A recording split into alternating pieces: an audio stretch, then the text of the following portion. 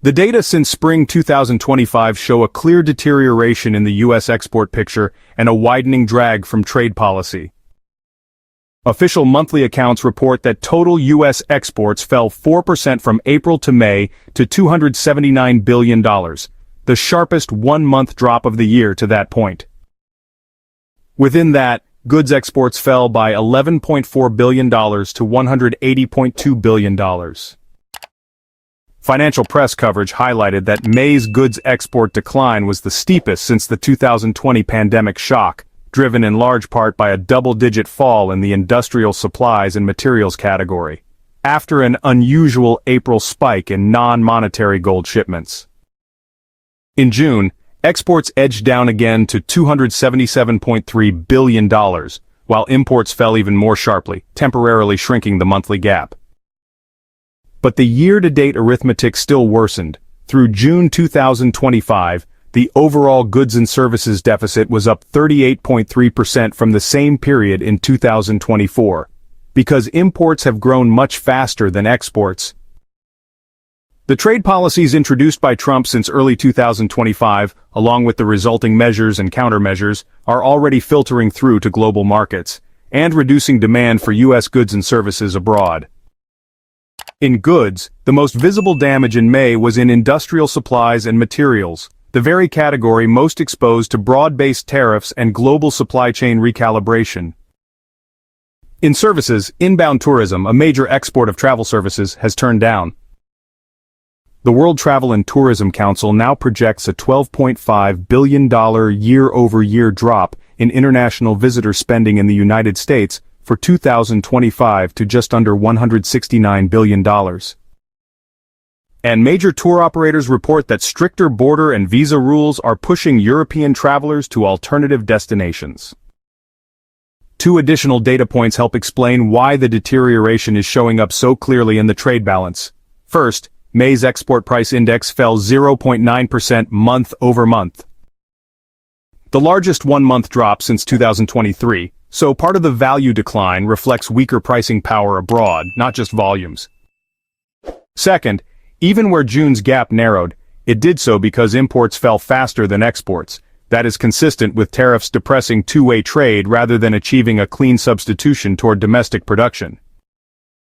The explicit goal of the new tariff regime was to compress the trade deficit by discouraging imports and, indirectly, to elicit more foreign purchases of American goods. In practice, the immediate effect has been different. May's deficit widened sharply as exports slumped, and despite June's temporary improvement, the year-to-date deficit through June is still up more than a third versus last year. Because imports have outpaced exports, foreign partners have in multiple cases responded with counter-tariffs or have threatened to do so. While businesses and travelers abroad have adjusted purchasing plans away from U.S. offerings, a classic mechanism through which trade frictions weaken foreign demand and alter preferences. With these immediate developments in mind, it is useful to turn to the outlook for the United States economy as presented in the most recent assessments from leading American financial institutions and major global economic organizations. The International Monetary Fund, in its July 2025 World Economic Outlook update, projects global growth of roughly 3% in 2025 and just over 3% in 2026.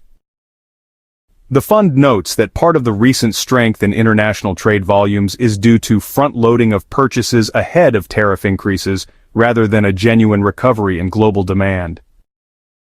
It also highlights that higher tariffs and policy uncertainty represent meaningful downside risks. In such an environment, United States export growth is expected to remain subdued and volatile. The World Trade Organization offered a similar message in its August 2025 trade forecast. It estimates that world merchandise trade will grow by less than 1% this year, largely because of forward buying ahead of new United States duties. However, for 2026, the WTO has cut its forecast to under 2% growth, warning that tariffs will weigh more heavily on global trade once the effects of front-loading fade. According to the organization, absent the tariff disputes, trade growth would likely have been materially stronger across both years, underscoring the damage done by escalating restrictions. The Organization for Economic Cooperation and Development provides a closer look at the United States itself. In its June 2025 economic outlook, the OECD expects American gross domestic product to expand by about 1.5% in 2025 and by a similar pace in 2026. However, it cautions that headline inflation is set to pick up again toward the end of this year because of higher import prices linked to tariffs, and it observes that retaliation by some trading partners is already underway.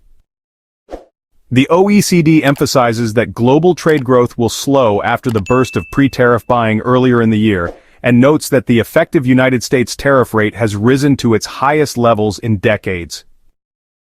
Based on 2024 trade patterns, the OECD calculates that the coverage of the new tariffs is equivalent to more than 2% of world gross domestic product, a figure that illustrates the breadth of the measures. The World Bank, in its June 2025 Global Economic Prospects, reinforces the impression of a fragile environment for exporters. It stresses that the global economy is settling into a low-growth regime, with expected output expanding in the mid-2% range over the coming years. The bank also highlights the risk that further restrictions on trade could drag growth even lower, a scenario that would almost certainly limit opportunities for United States exporters. Private financial institutions echo these warnings.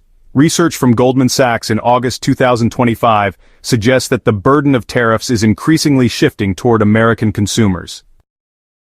The bank projects that the Core Personal Consumption Expenditures Inflation Index, the Federal Reserve's preferred measure, will reach roughly 3.2% by December 2025. This reflects higher prices in tariff-sensitive categories such as electronics, automobiles, and household appliances. Costlier consumer durables and business equipment are expected to dampen domestic investment and consumption, indirectly reducing export capacity and international competitiveness. Analysts at J.P. Morgan Chase have drawn attention to the distinction between announced tariffs and effective tariffs. In practice, the actual tariff burden has been somewhat lower than headline figures because of exemptions, timing lags, and carve-outs negotiated with trade partners. Even so, the bank stresses that the effective rate has been climbing steadily, creating sharp swings in trade flows as firms rush to import ahead of tariff hikes and then cut back afterwards. The result is volatility, rather than the smooth increase in net exports that policymakers had hoped for. While markets have so far proven resilient, J.P. Morgan acknowledges that the rising effective tariff rate is likely to drag more heavily on real activity in the coming quarters. Other major global banks are equally cautious. HSBC has reduced its global growth forecasts to just over 2% for both 2025 and 2026, citing United States tariffs as a key factor.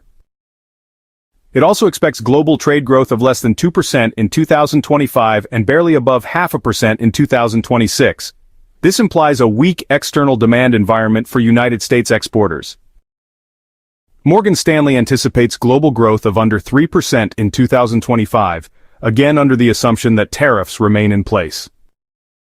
The bank describes the tariff path as a moving target that continues to reshape supply chains, often diverting trade to Asian or European suppliers, rather than boosting United States export share. That's all for this video. Thank you for watching.